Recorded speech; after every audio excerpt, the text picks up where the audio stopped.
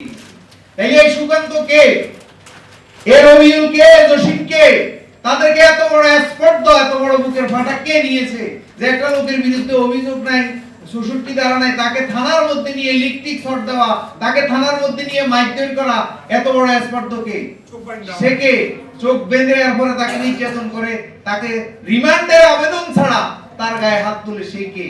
সেই হলো সে যে খুব কৌশলে তারেক রহমানের বর্তমান প্রধানমন্ত্রীর সম্মান নষ্ট করার জন্য আস্তে আস্তে আস্তে আস্তে মানুষের জনমনের মধ্যে বিষ ঢুকাচ্ছে। আমরা আজকের এই সংবাদ সম্মেলন থেকে প্রধানমন্ত্রীর কাছে অনুরোধ রাখবো যে এরা কারা, এরা সিলেট অফিসে, ইউনো অফিসে এবং কি থানার মধ্যে বসে আছে, খুব কৌশলে মানুষদেরকে হয়রানি করতেছে।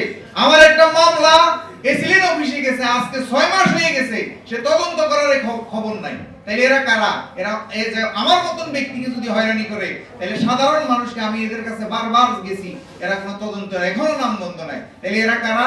এরা খুব কৌশলে মাননীয় প্রধানমন্ত্রী বর্তমান তারেক রহমান যে অযোগ্য, ব্যর্থ, তার প্রমাণ করার জন্য এরা কৌশলে এগুলো করতেছে এই দেশের মধ্যে। আমরা চাই এদেরকে আইনের আওতায় এনে এদেরকে সুষ্ঠু তদন্ত করে যে দোষী, প্রকৃত দোষী, তার বিচার হোক। আমরা অন্যায়কারীকে কখনো সুবিবাদ প্রশ্রয় দিই না। আমাদের মাজারগুলা কারা ভাঙছে, আমাদের ভিডিও ফুটেজ আছে, আমরা মাজারগুলোর মামলা দিয়ে রেখেছি, অথচ আমাদের মামলার কোনো তদন্তই নাই। তাইলে এরা কারা? এরা কেন করতেছে না?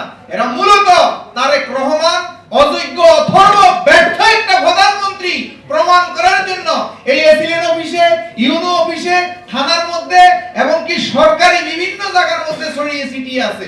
শুধু মানুষের ব্রেনের মধ্যে কিভাবে বিষ ঢুকানো যায় এবং কি তারেক রহমানকে ব্যর্থ প্রধানমন্ত্রী প্রমাণ করে আবার আরেকটা জুলাই গঠন করতে চাইতেছে। তাই আমি